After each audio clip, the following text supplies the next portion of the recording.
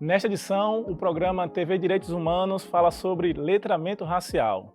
Eu, Del Souza, e a professora Rogéria Gladys recebemos Odailta Alves, ativista dos direitos humanos, escritora, educadora, atriz e poetisa.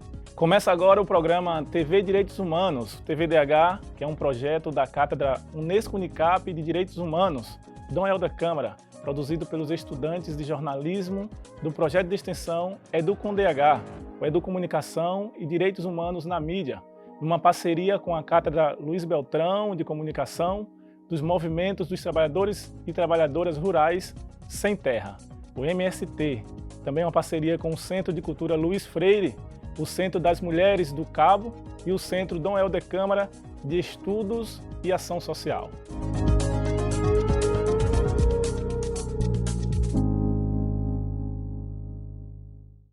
O letramento racial é um conceito que se refere à capacidade das pessoas de entender, analisar, discutir questões relacionadas à raça e ao racismo de uma maneira crítica.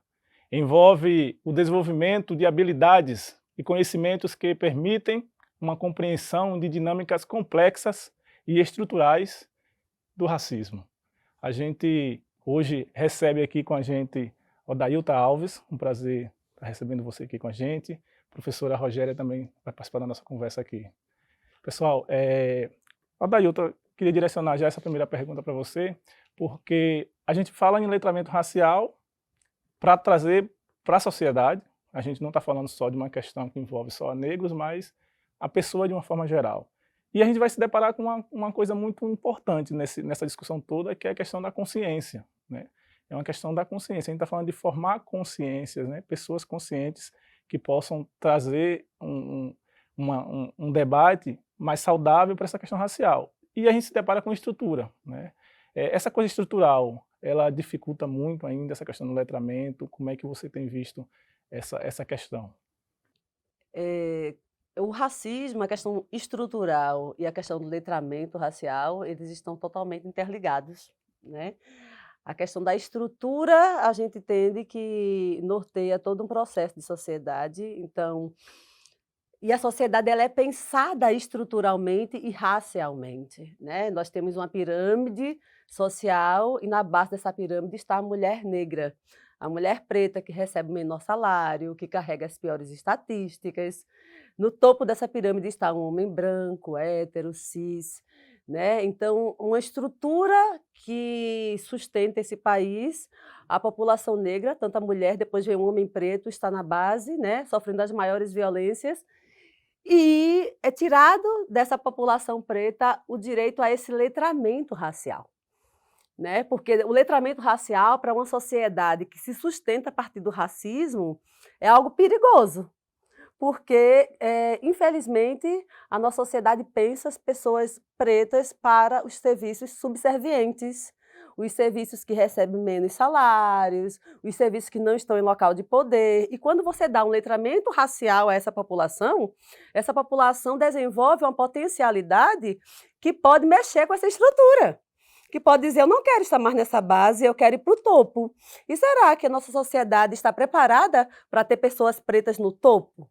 Né? Então, a relação entre o racismo estrutural e o letramento racial está totalmente ligada, porque o letramento racial seria algo fundamental para mexer com a estrutura. E enquanto esse letramento ele não vier de verdade, essa estrutura ela dificilmente vai se movimentar. Você falou uma palavra muito interessante, que é direito, né? Tipo, o pessoal precisa garantir esse direito. Professora Rogéria, quando se fala em direito, voltado para a questão do letramento, a gente está falando em quê, necessariamente, professora? Eu vou pegar aqui o gancho na fala da professora Odailta.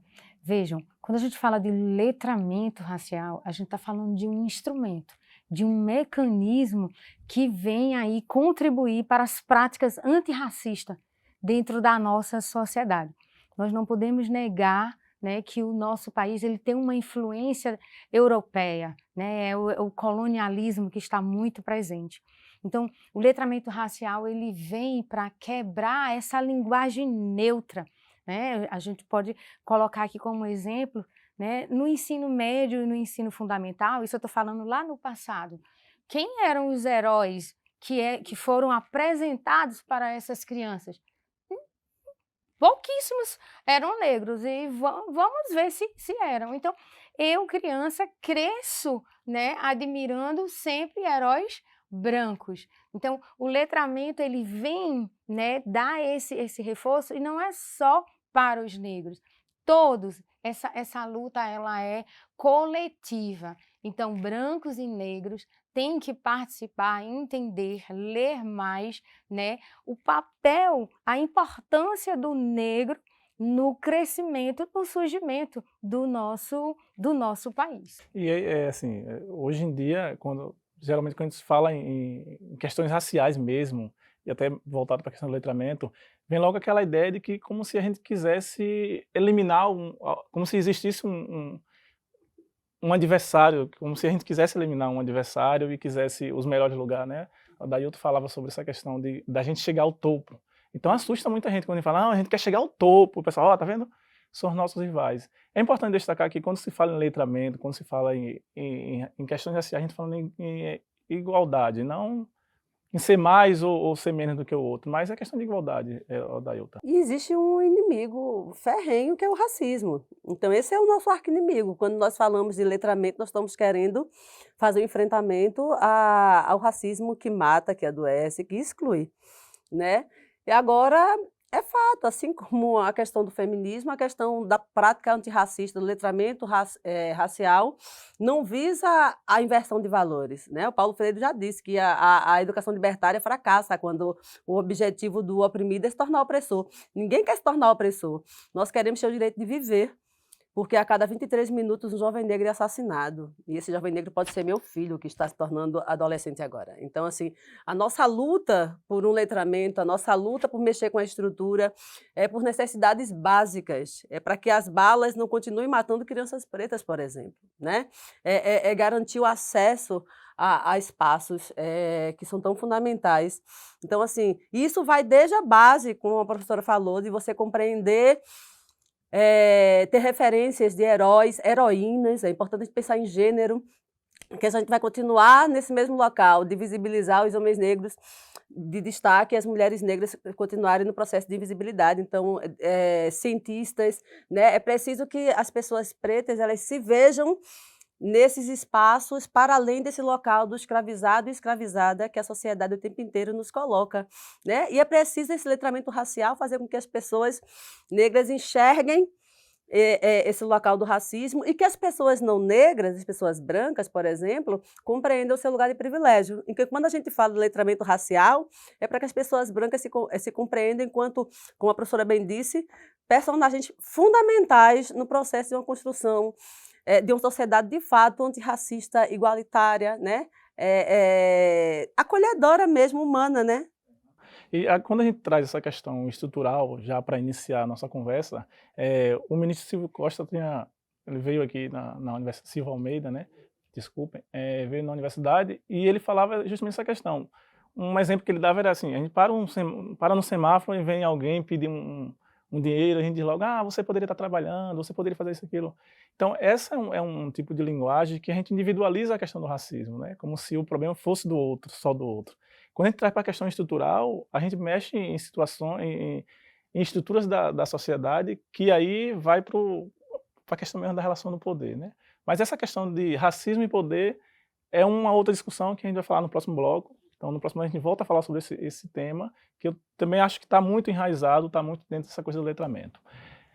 No próximo bloco, então, a gente fala sobre o racismo estrutural, o racismo, o letramento racial, e teremos o reforço e ajuda da reportagem de Elaine Oliveira, ela que traz uma reportagem sobre como que a cultura tem ajudado a questão do letramento racial. A gente volta daqui a pouco.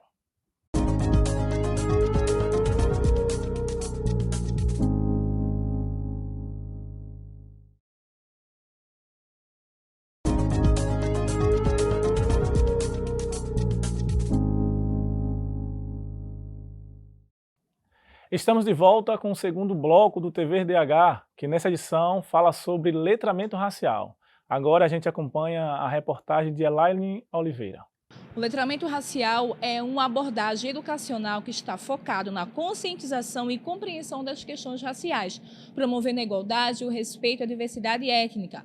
Ele busca discutir a história, cultura e os desafios enfrentados por diferentes grupos raciais, contribuindo para uma sociedade mais justa e inclusiva. Um dos caminhos para se ter acesso ao letramento racial é por meio da educação, como já falava o patrono da educação brasileira, Paulo Freire. O objetivo maior da educação é a conscientização do estudante. Então, eu acredito que a escola ela é um lugar fundamental para promover esse letramento racial. Isso na família a gente sabe que tem essa importância também, é onde tudo começa. E em sequência também é a escola, que é onde nossas crianças, nossos jovens passam a maior parte dos seus dias. A pernambucana Jaqueline Fraga é escritora, jornalista e administradora. É autora do livro-reportagem Negra Sou, a ascensão da mulher negra no mercado de trabalho, obra finalista do Prêmio Jabuti e menção honrosa do Prêmio Maria Firmino de Literatura e do Prêmio Direitos Humanos e Jornalismo. Ela é também autora do Big Gatilho, um livro de poemas inspirado no BBB 21 e coautora do livro Cartas para a Esperança. Trazer essa representatividade e combater esse preconceito e mostrar que nós estamos chegando nesses locais e que merecemos ainda mais espaço, eu acredito que é fundamental e que a literatura tem esse papel extremamente importante, assim como a comunicação e assim como a arte e a cultura no Brasil. Jaqueline também acredita que a literatura é uma ferramenta que contribui para o desenvolvimento de crianças, jovens e adultos adquirirem conhecimento para terem letramento racial. Por muito tempo a gente tem a população negra em um determinado local, no imaginário social, em um determinado local na nossa sociedade, por exemplo, muito comumente é associado a profissões, a serviços braçais, digamos assim, e menos em serviços da intelectualidade. Então eu acho que a partir do momento que a gente debate sobre esse assunto nas escolas e vai lá desde pequenininho, trabalhando esse tema com as nossas crianças, é uma forma de a gente moldar e construir aquela sociedade que nós queremos para o futuro. Então, realmente, é desde pequeno, desde criança, com esse apoio da família, com esse apoio dos educadores, com esse apoio da escola em si, que a gente consegue transformar a sociedade, que a gente consegue construir a sociedade que a gente quer para o nosso futuro. Então, Elaine mostrou muito bem na sua reportagem aí como que a cultura é um instrumento também de empoderação, de trazer esse poder para ser mais um aliado para a gente debater racismo, debater letramento. Odailton, você é poetisa, assim, com certeza você usa também da sua característica artística para também combater esses espaços. Assim. Dá para falar, dá para combater, dá para ser ativa na cultura, na arte, contra essa estrutura que a gente estava falando agora. Vamos voltar a falar sobre essa cultura de poder que tenta, por vezes, vencer todas as outras classes minoritárias na nossa sociedade? Chega! A partir de hoje, nada de morena, parda, da cor. Só responderei negra, negra mulher, negra espinho, negra flor, sem progressivas nem chapinhas, encrespada, empoderada, liberta do ditador. Chega! Sairei de torso pelas ruas e torcerei o teu olhar reprovador. Então, já começo com um poema para mostrar como o poema, enquanto arte, diz muito, né? E o poder da arte no processo de transformação é imenso. E aí a gente pensa historicamente a quem essa arte vem servindo. Eu sou da literatura. E, historicamente, o que a literatura fez com o meu povo? Historicamente, quem é a criança preta deficiente na literatura infantil?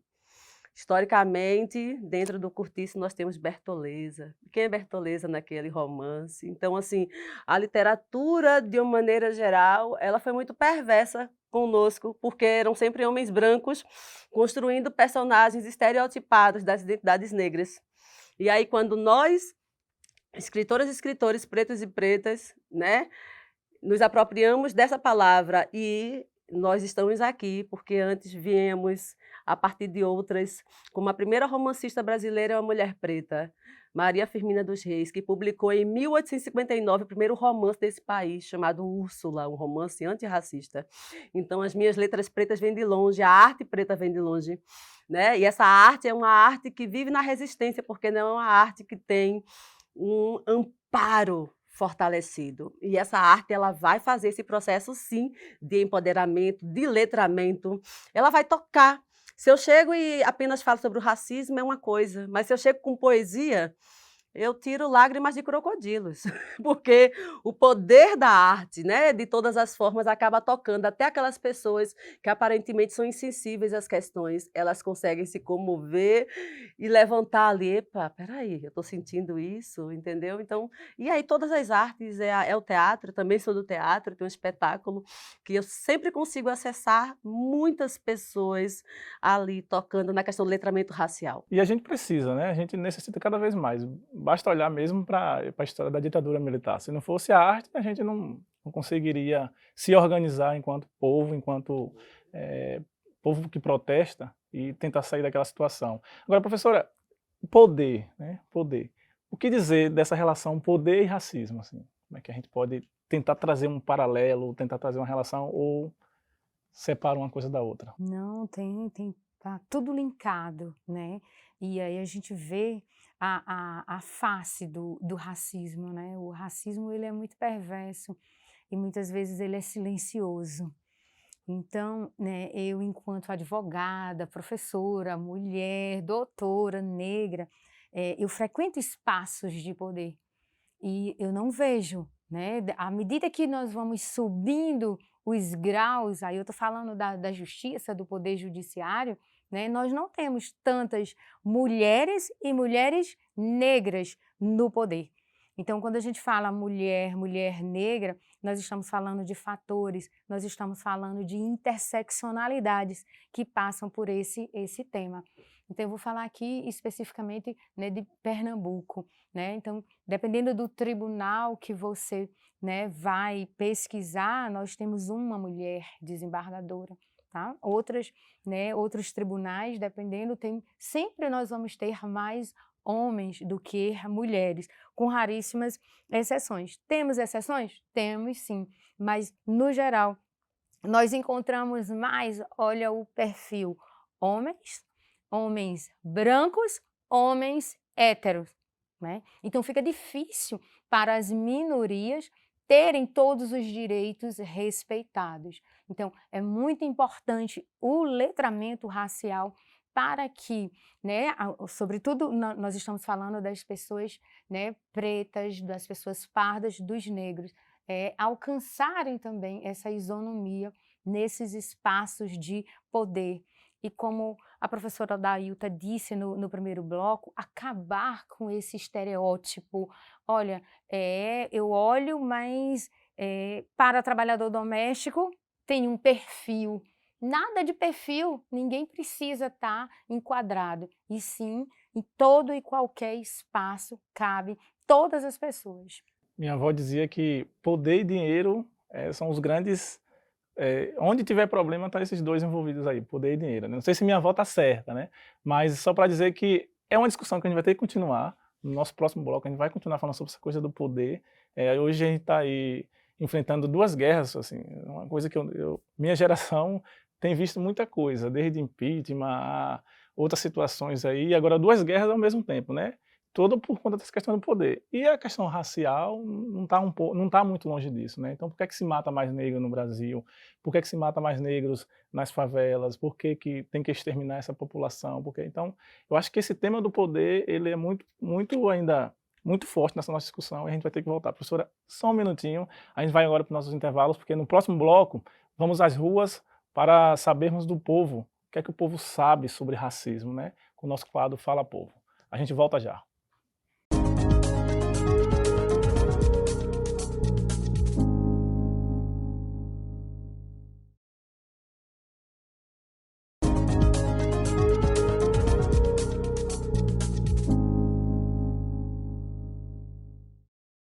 Estamos de volta com o terceiro bloco do TVDH, que nesta edição aborda o tema letramento racial. eu, Del Souza, e a professora Rogéria Gladys, recebemos Odailta Alves, ativista dos direitos humanos, escritora, educadora, atriz, poetisa e muitas outras coisas aí, né, Odailta? Essa caminhada vai trazendo para a gente muitas faces, muitas características. Mas eu queria voltar mesmo para... A gente daqui a pouco vai exibir o nosso Fala Povo, mas eu queria, só para não perder ali aquele gancho que a gente estava falando sobre a questão do poder, hoje existe uma discussão muito grande, pessoas querendo que o presidente Lula indique algum negro para a vaga que pode estar surgindo no Supremo, e tem pessoas que acham que isso é mimimi, que não é. Professora, por que essas questões elas ainda causam muito burburinho, muita zoada, principalmente nas redes sociais? Verdade. O nosso presidente, ele tem aí uma oportunidade, né, de mudar o perfil do nosso Supremo Tribunal Federal, né? O que eu falo?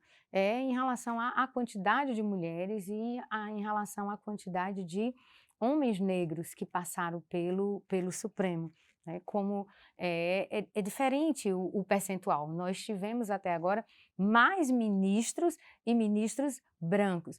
Então, nós temos sim no nosso país pessoas, mulheres negras, capacitadas sim para comporem o elenco do Supremo Tribunal Federal. E para além, né, da discussão, é sinônimo de empoderamento, de representatividade, né, que é o tema que nós estamos discutindo aqui, o letramento racial. Então, para a população que acha que é mimimi, se o letramento racial, né, chegasse lá na base, ou até mesmo nas universidades, eles entenderiam de outra forma. Então, é importante sim termos juízes, desembargadores, ministros e também no campo da política, mais mulheres e mulheres negras. Então agora a gente vai acompanhar o quadro Fala Povo, que é quando o nosso repórter Luiz de Castro, ele foi às ruas para saber do povo, o que é que o povo sabe aí sobre racismo.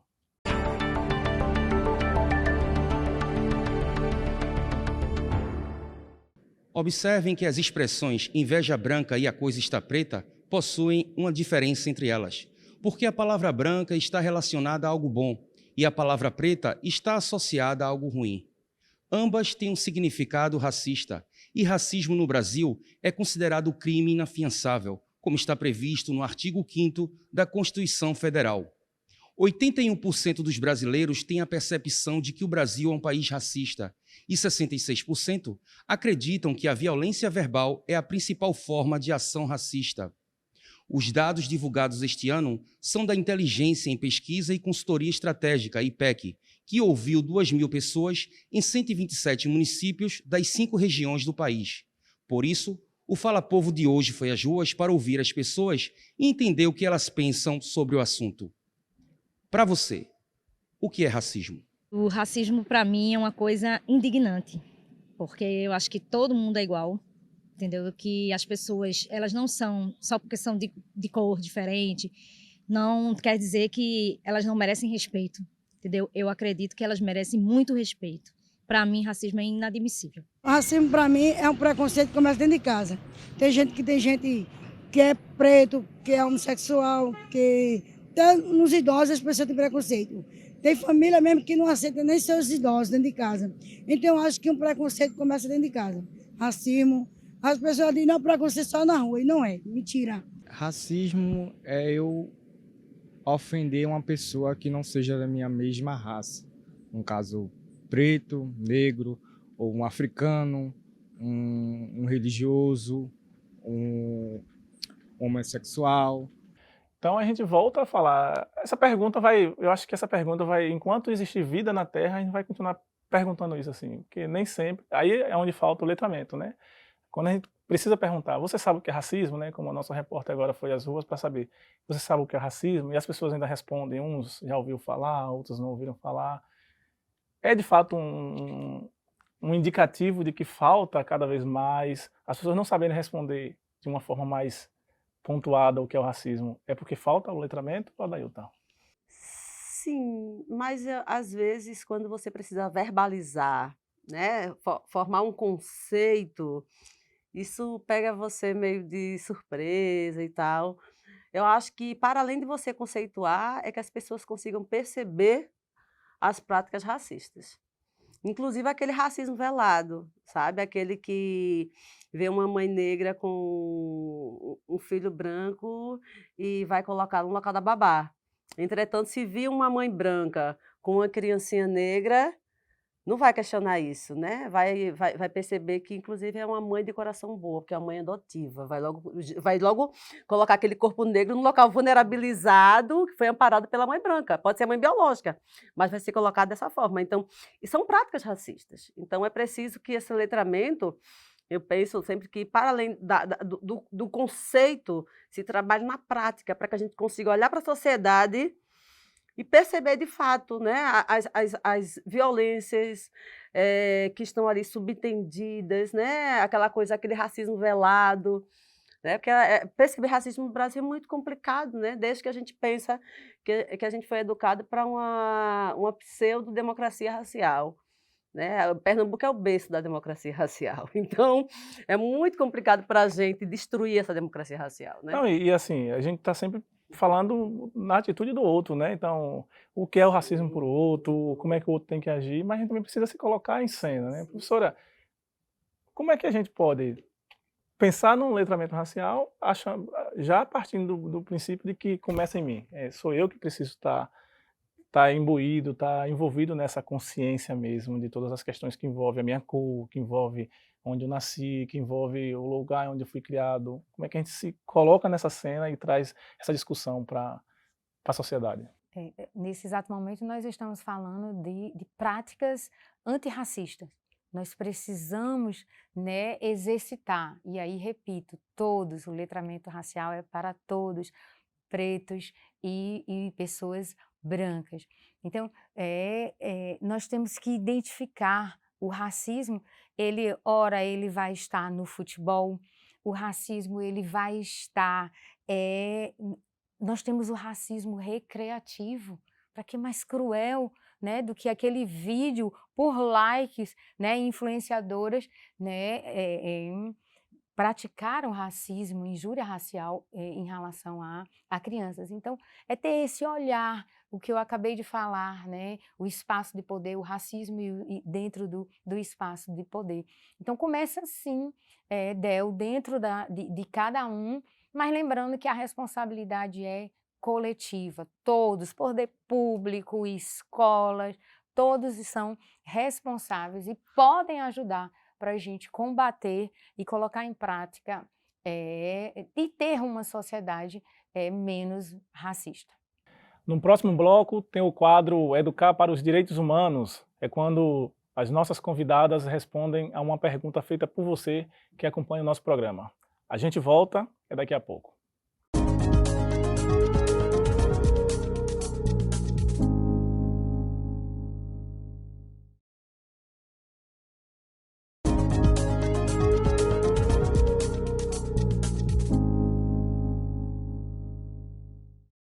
Estamos de volta com o quarto bloco do TVDH de hoje, que nessa edição fala sobre letramento racial.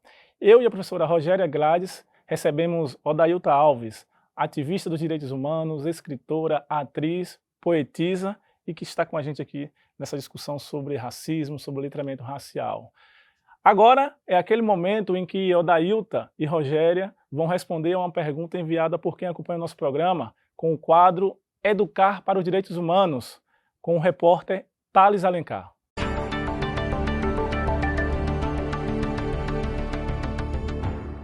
A Lei nº 11.645, instituída em março de 2008, passou a tornar obrigatório para os ensinos médio e fundamental o ensino das histórias dos povos indígenas e africanos no Brasil. Quem estudou após esse período, muito provavelmente vai se lembrar de ter entrado em contato com esses assuntos. É justamente sobre isso que Colaia Cuyela, estudante de jornalismo, traz uma questão sobre a relação entre letramento racial e educação básica. Eu gostaria de saber como desenvolver práticas pedagógicas para o letramento racial na educação básica. A gente agradece a pergunta de Colaia Cuyela. Odailta, como responder a pergunta enviada então pela nossa telespectadora. Uma pergunta muito importante, né? A gente tem que pensar sempre nesse local da educação básica.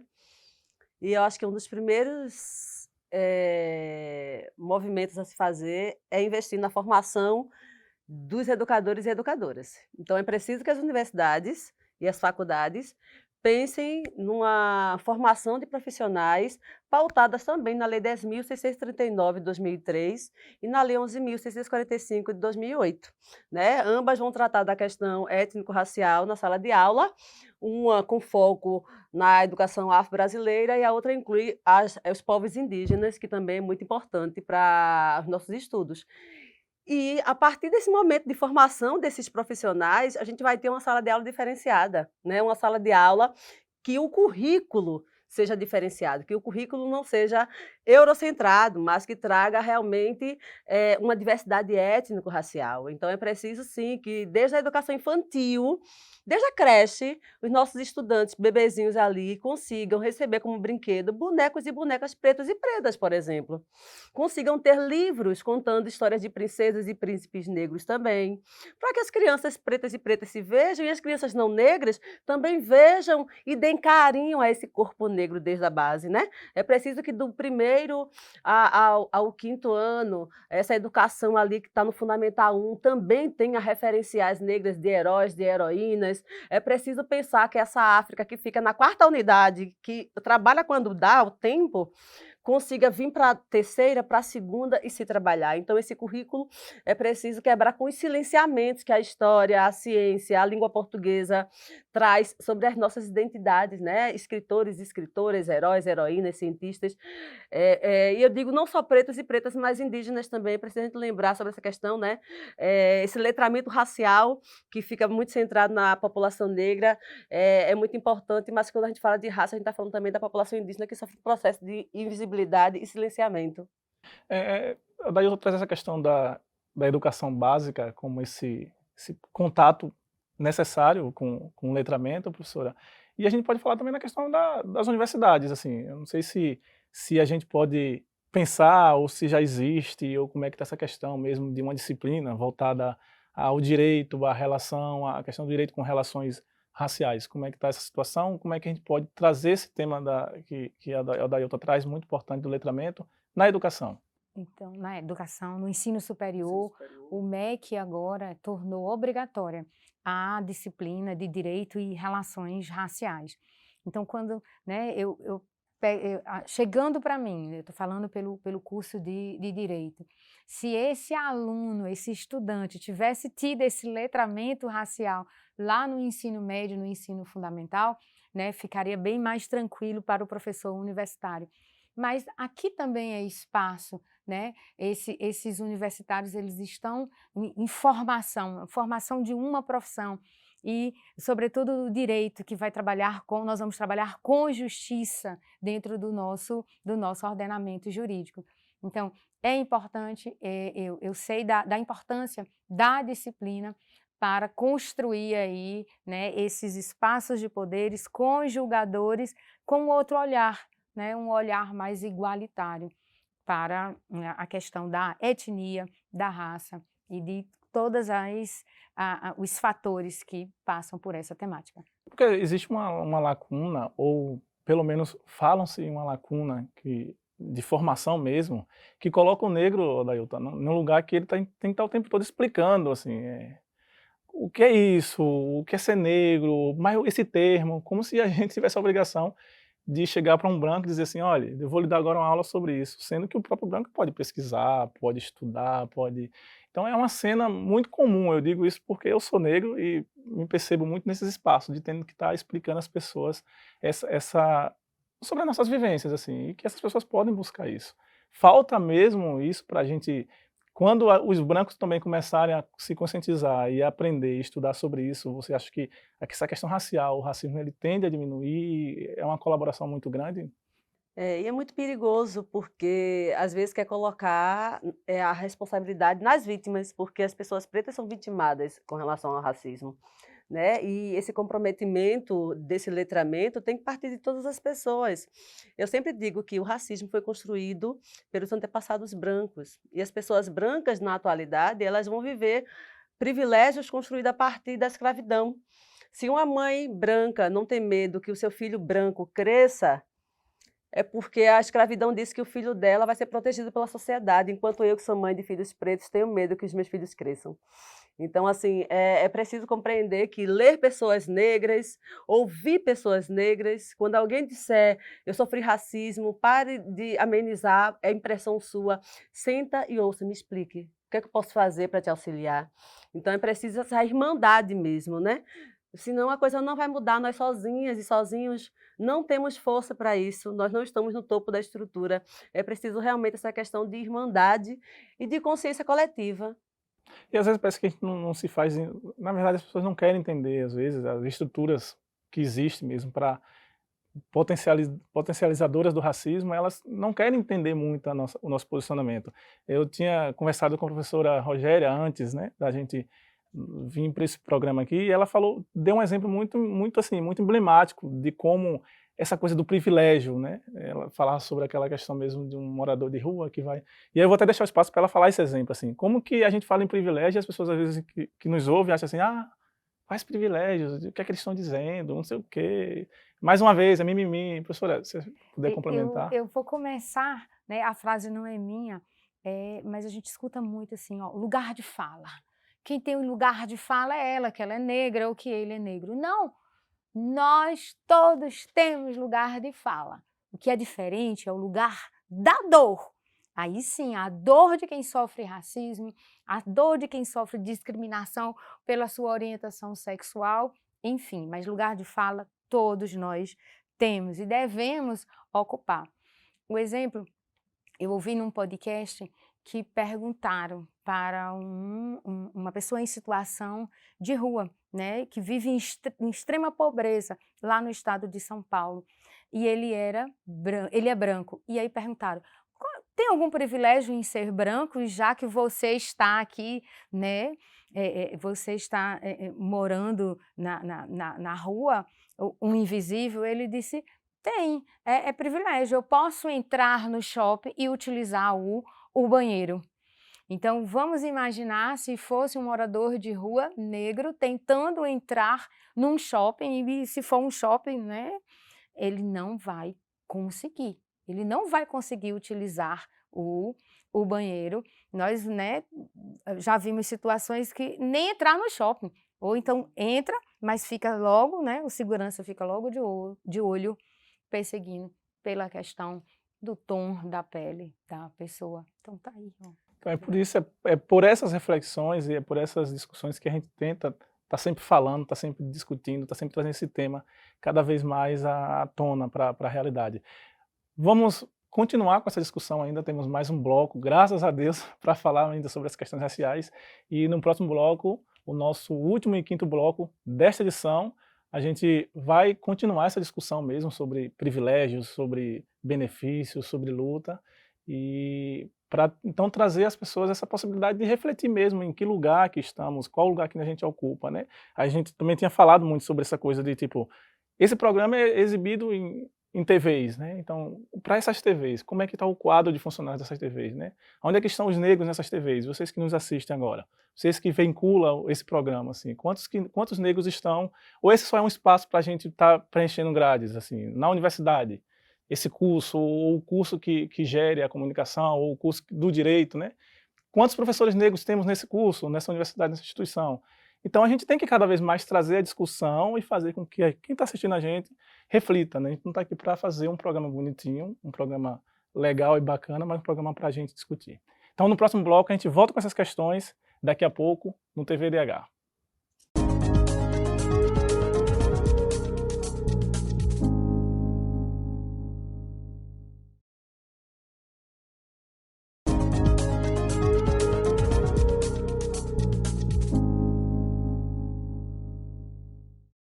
Chegamos ao quinto e último bloco do programa TVDH, que nessa edição traz como tema letramento racial.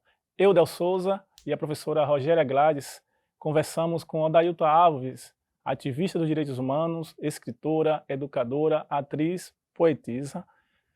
E para a gente, infelizmente, né, fechar esse programa nesse último bloco, queria que você falasse um pouco para a gente sobre a sua literatura, Odailton. A gente lê o seu currículo e vê logo a escritora Odailton Alves. Assim. Quais são os caminhos de letramento, questões raciais que a sua literatura vai nos apontando? Assim? A minha literatura ela é toda pautada nas minhas identidades. Eu digo que toda a literatura ela é, em certa proporção, identitária. Inclusive, a literatura que foi produzida por pessoas brancas trazia as identidades brancas.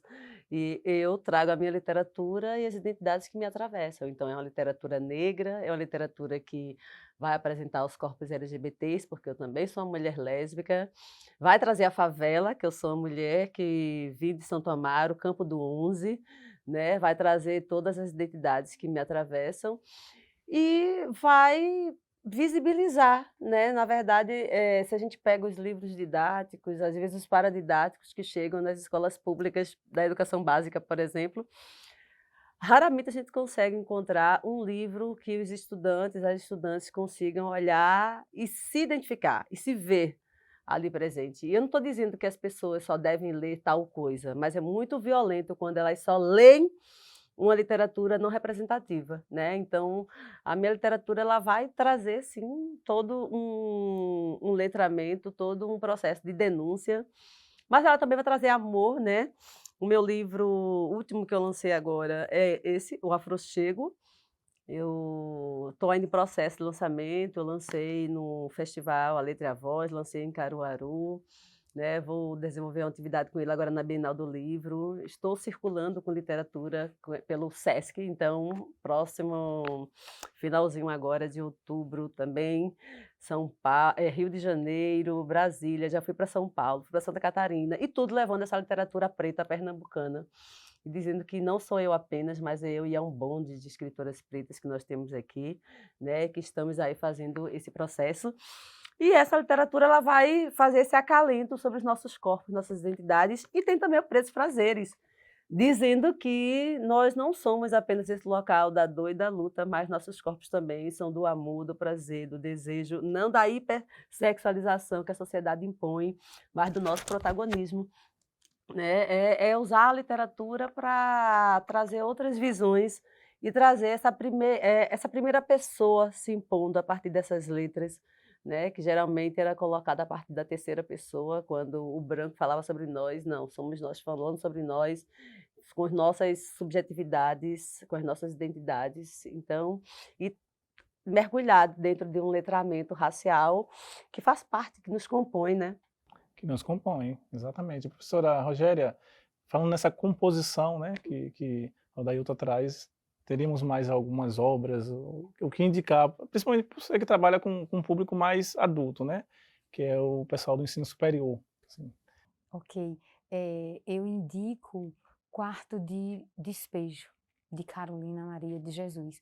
Ela retrata, tá? Ela é uma mulher negra e ela era uma catadora de lixo e conseguiu, né? Então ela colocava o dia a dia dela numas folhas lá de caderno e foi descoberta por um jornalista e virou, né? Foi descoberta como escritora. E ela traz essa dificuldade da mulher negra e mãe solo e catadora, né? Numa cidade como São Paulo. Então, é uma experiência literária para quem está querendo começar. Ela traz essa questão do racismo, de todo o preconceito e da fome, porque ela passou muita fome enquanto catadora de material reciclável lá em São Paulo.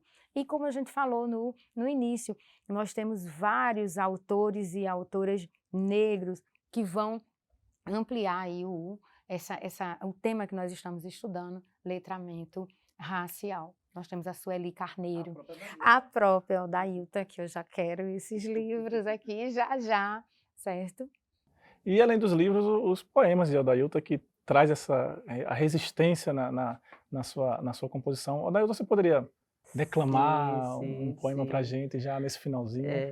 Eu venho de uma família de catadores e catadoras. E quando eu era criança, eu precisei também catar material reciclado dentro da comunidade para viver.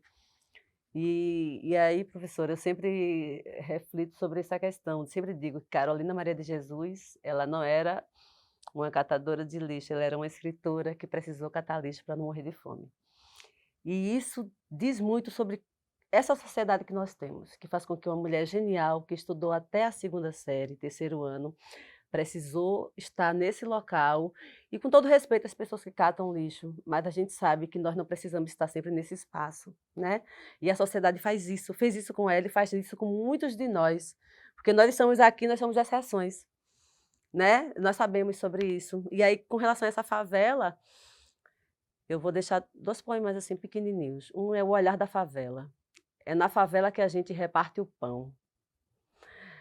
E com mesa farta ou faltando tudo, todos comem. A favela tem um olhar profundo de uma mulher preta. Sou negra, bela como a noite em pleno eclipse. O tronco pisou minhas raízes, mas resisti. Sou folhas, flores, frutos, madames, donzelas, meretrizes. Os meus cabelos encrespam o padrão. Meus seios não amamentam mais o filho do patrão. Os lábios carnudos cospem a história. Sou Dandara em Palmares, Luísa Maí nos Malês, Carolina de Jesus despejando toda a dor, Teresa de Benguela liderando o quilombo, enraizando minha cor. Sou mulher, mares, raios, rios, dona do meu terraço, senhora do meu terreiro, mulher negra, mulher de brio. E é isso, a gente vai construindo essa literatura para colocar essa mulher negra, exaltando a nossa beleza, dizendo o brio que nós temos e dizendo um bocado de coisa que a literatura clássica não disse sobre nós. E a gente só resta agradecer a vocês. Obrigado, professora Rogéria, Nada por também. aceitar nosso convite. Obrigada também pela oportunidade. Obrigado, Adailta, também por aceitar o nosso convite e estar aqui com a gente, partindo Que desse tema tão agradeço. importante. O TVDH é um projeto da Cátedra Unesco Unicap Direitos Humanos Dom Helder Câmara, produzido pelos estudantes de jornalismo do projeto de extensão EduComDH, Educomunicação, Direitos Humanos na Mídia, numa parceria com a Cátedra Luiz Beltrão de Comunicação, o Centro Dom Helder Câmara de Estudos e Ação Social, o Movimento das Trabalhadoras e Trabalhadores Rurais Sem Terra, o MST, e o Centro de Cultura Luiz Freire. Acompanhe a gente nas nossas redes sociais, @programa tvdh.unicap e também dos nossos canais do YouTube, Cátedra Dom Helder e Jornalismo Unicap.